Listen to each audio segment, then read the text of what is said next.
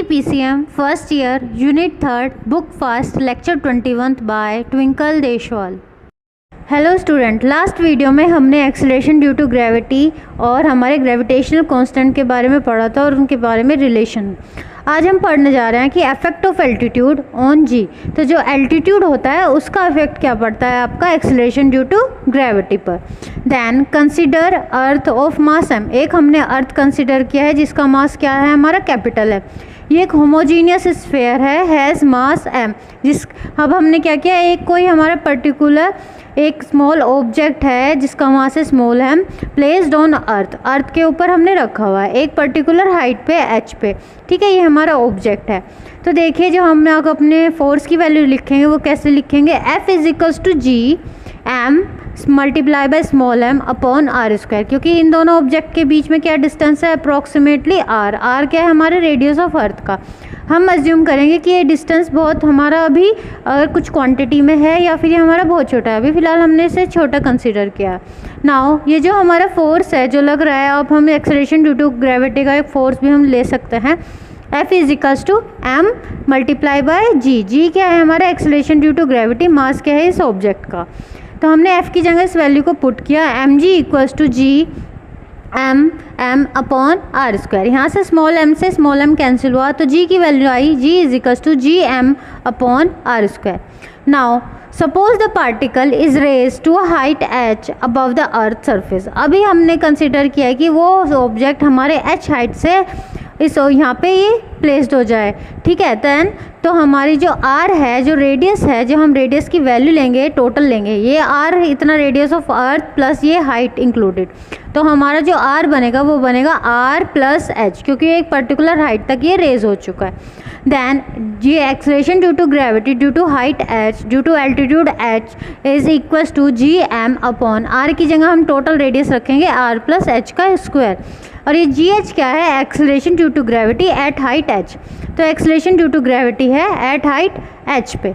Now अगर हम इस जी एच को, जो एक्सेलरेशन ड्यू टू ग्रेविटी है, और अपने एक्सेलरेशन ड्यू टू ग्रेविटी जब ऑब्जेक्ट हमारे अर्थ के ऊपर प्लेस था, इन दोनों को अगर हम डिवाइड करें तो क्या वैल्यू आएगी, जी एच अपॉन जी। अब हमारे जी एम दोनों से कैंसिल आउट हो जाएंगे और वैल्यू क्या आएगी, R square upon R plus H का होल स्क्वायर। अब क्या करेंगे, हम इस आर को ऊपर नीचे डिवाइड कर देंगे। ठीक है, तो यहाँ पे आ गया 1 और यहाँ क्या आया 1, क्योंकि आर से आर क्योंकि स्क्वायर में था, और प्लस एच अपॉन आर का होल स्क्वायर। और अब अगर हम इस वैल्यू को ऊपर लेके जाएं तो क्या बनेगी, 1 प्लस एच बाय आर का पावर -2। अगर ये हमारी बाइनोमियल एक्सपेंशन बने तो इस तरीके से हमारी ये लिखी जाएगी। अगर अब हमारा ये जो h है, एल्टीट्यूड है, बहुत ज़्यादा ग्रेटर है इस रेडियस के कंपैरिजन में, देन बाइनोमियल एक्सपेंशन लगाएंगे, ये जो -2 की वैल्यू है ये अंदर मल्टीप्लाई हो जाएगी। Then G H equals to G bracketed अपना 1 माइनस 2h अपॉन आर, क्योंकि ये बाइनोमियल एक्सपेंशन से -2 की वैल्यू अंदर मल्टीप्लाई हुई, तो वैल्यू क्या बनी 1 माइनस 2h अपॉन आर। और जी को अगर हम अंदर मल्टीप्लाई करें, G equals to -2h G upon R, और ये किसकी वैल्यू है हमारी, acceleration due to gravity at height h। अब देखिए ये जो जी एच की वैल्यू है ये लेस देन होगी इस जी से, ये इसलिए क्योंकि हमारी नॉर्मल ग्रेविटेशनल की वैल्यू तो नॉर्मल जी है, और जी एच की एक्सप्रेशन आएगी इस वैल्यू तो ये रहेगी, और इसमें से कुछ प्रोडक्ट हमारा माइनस हो रहा है। अगर हमारा कुछ प्रोडक्ट माइनस हो रहा है तो एक्सेलरेशन, जितना हमारे एल्टीट्यूड पे कोई भी ऑब्जेक्ट जाता रहेगा उसकी एक्सेलरेशन ड्यू टू ग्रेविटी की वैल्यू क्या हो जाएगी, घटती जाएगी, और वो हमारी डिक्रीज हो जाएगी। Then value of G H height h is equal to increases, value of G is decreases. तो हमारी acceleration due to gravity altitude पे डिक्रीज हो जाएगी अगर हमारी हाइट क्या होती रहे, इंक्रीज होती रहे। इफेक्ट ऑफ डेप्थ ऑन जी। इससे पहले हमने पढ़ा था कि हाइट का एक्सेलरेशन ड्यू टू ग्रेविटी पे क्या फ़र्क पड़ता है।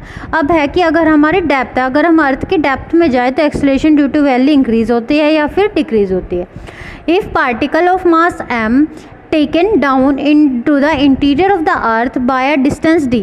तो अगर कोई भी हमारा पार्टिकल m है जिसका मास m है, वो अगर हमारे इंटीरियर ऑफ द अर्थ में जाता रहे तो हमारी वैल्यू पे एक्सेलरेशन ड्यू टू ग्रेविटी पे क्या फ़र्क पड़ता है। तो देखिए यहाँ पे जो वैल्यू है g थी, एक्सेलरेशन ड्यू टू ग्रेविटी किसी ऑब्जेक्ट का d डिस्टेंस से हमने क्या करा, इस ऑब्जेक्ट को यहाँ पर मूव किया।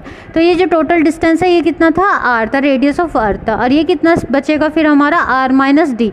ठीक है, टोटल आर में से डी सब्ट्रैक्ट हो गया। और यहाँ पे एक्सेलरेशन ड्यू टू ग्रेविटी जी, अब ज्यूम करिए। और इस जगह पे जब ये डेप्थ में चला गया, यहाँ पे हमने acceleration due to gravity G dash assume करी है। तो देखिए यहाँ पे डेंसिटी रो है और उसकी वैल्यू एम क्या आएगी, M is equals to rho multiply by 4/3 pi R cube. Density mass क्या होगा, डेंसिटी मल्टीप्लाई बाय वॉल्यूम, क्योंकि हमने स्फेयर को अज्यूम किया हुआ है। नाउ जी की वैल्यू क्या है, acceleration due to gravity G M upon R square, क्योंकि एम से एम कैंसिल है, ये इक्वेशन 1 बन गई। उसके बाद अगर हम यहाँ पे मास की वैल्यू को पुट करें, मास की वैल्यू अभी हमने कैलकुलेट करी, अगर हमने होमोजेनियस स्फेयर अज्यूम किया है तो मास क्या आ जाएगा, density multiply by volume. Volume किसका, स्फेयर का, 4/3 पाई आर क्यूब। यहाँ पे हमने इस वैल्यू को पुट किया, G is equals to G multiply by rho 4/3 pi R cube upon R square. G is equals to G rho 4/3 pi R, अब square से क्यूब को हमारा कैंसिल हो गया। ठीक है, तो ये हमारी क्या बन गई, इक्वेशन नंबर 2। तो जी की वैल्यू आई जी रो 4/3 पाई आर।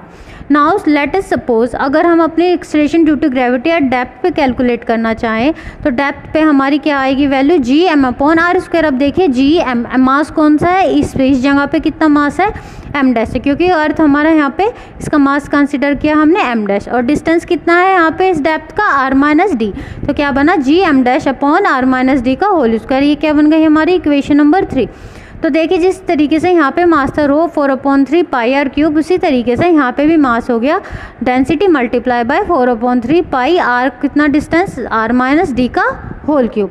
तो हमने ये वाली वैल्यू यहाँ पे पुट करी, तो G dash is equals to G rho 4/3 pi R minus D का होल क्यूब और आर माइनस डी का होल स्क्वायर। स्क्वायर से क्यूब कैंसिल हुआ तो हमारी G dash is equals to G rho 4/3 pi R minus D. ये क्या बन गया आपकी इक्वेशन नंबर 4। अगर हम इन दोनों इक्वेशंस को डिवाइड करें जी डैश अपॉन जी, तो क्या वैल्यू क्या बनेगी, G rho 4/3 pi R minus D, G rho 4/3 pi R, इन दोनों को डिवाइड किया तो हमारे जी रो 4/3 पाई कैंसिल आउट हो गए। तो क्या बचा, G dash upon G equals to R minus D upon R. और यहाँ से हमने जी डैश की वैल्यू निकाली, जी डैश क्या हो गया, G 1 minus D by R, R से आर कैंसिल, तो इक्वेशन बनी एक्सेलरेशन ड्यू टू हमारी ग्रेविटी डेप्थ पे G dash equals to G multiply by acceleration due to gravity on surface of earth multiply by 1 minus D over R. तो देखिए suppose अगर हम centre of the अर्थ लें तो मतलब कि जो डी डिस्टेंस है, डेप्थ है, वो हमारा सेंटर पे जा चुका है। तो देखिए ये ऑब्जेक्ट डी डिस्टेंस से जाता हमारा सेंटर पे चला गया। दैट मीन्स हमारा जो डी है वो किसके इक्वल हुआ, आर के इक्वल। अगर हमारे यहाँ डी आर के इक्वल हुआ है तो जी डैश की value R by R 1 minus 1 0। तो acceleration due to gravity at the centre of the earth क्या हो जाएगी, 0। तो at centre of the earth acceleration due to gravity is 0। तो देखिए अब यहाँ पे इस इक्वेशन से अगर हमारी डेप्थ इंक्रीज हो जाएगी तो हमारी एक्सेलरेशन ड्यू टू ग्रेविटी क्या हो जाएगी, घटती चली जाएगी, क्योंकि सेंटर पे हमारी 0, अंदर की तरफ जितना जा रहे हैं उतने हमारी एक्सेलरेशन ड्यू टू ग्रेविटी क्या हो रही है, डिक्रीज हो रही है। Value of G decreases going below to the surface of the earth. Maximum value of G at कहाँ पे होगी, मैक्सिमम वैल्यू कहाँ होती है, सरफेस के ऊपर। तो जैसे जैसे हम डेप्थ में जाते हैं एक्सेलरेशन ड्यू टू ग्रेविटी घटती है, और जैसे जैसे हम हाइट पे जाते हैं एक्सेलरेशन ड्यू टू ग्रेविटी जब भी घटती है। और सबसे ज़्यादा मैक्सिमम कहाँ होगी, हमारे सरफेस ऑफ द अर्थ पे।